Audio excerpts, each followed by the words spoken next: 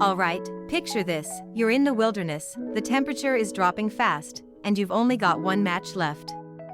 Today, we're diving into an essential survival skill, starting a fire with just a single match. It's a make or break skill in the wild and could mean the difference between a night spent warm and safe or struggling against the cold. I'll show you exactly how to prepare, build, and light a fire successfully in this high-stakes, single-match challenge. Let's get into it. To get this right, you need to start with proper materials. You'll need three main things: tinder, kindling, and fuel.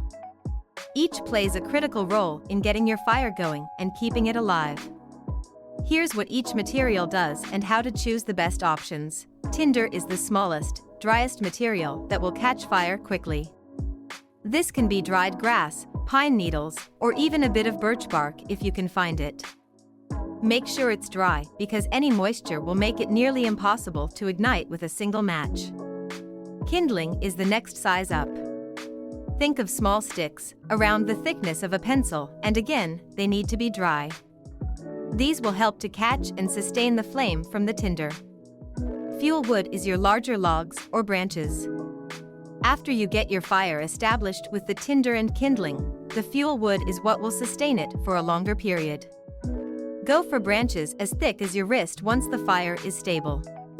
There are a few ways to build a fire, but for a single match, the teepee structure is one of the most effective. Here's how. Start by creating a small, loose pile of tinder in the center. You want it to have some airflow but be compact enough to light quickly. Then, arrange your kindling around the tinder in a teepee shape. Place the sticks leaning in toward the center but with gaps to allow for airflow. Once you have the kindling structure, place your fuel wood around the kindling but leave enough space to access the tinder. Now, you're ready to use your single match. Be strategic here because you only have one shot. If there's any wind, shield your fire with your body or set it up near a natural windbreak like a rock or a log. Once you strike your match, bring it down to the base of your tinder where it's protected. The heat will rise naturally, igniting the tinder and then the kindling and fuel wood above it. Give it time to catch. If you see smoke but no flames, gently blow at the base to encourage combustion without blowing out the match. After you've lit it, keep feeding it. Don't immediately throw on large logs. Gradually add more fuel wood, working from smaller pieces up to thicker branches as the fire grows stronger. Keep an eye on it to make sure it's still well ventilated and avoid smothering it with too much wood too quickly.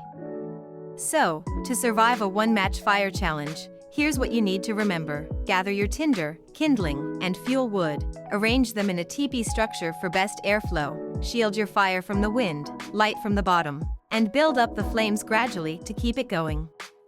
It's all about preparation, patience, and using the right technique. Now it's your turn to try.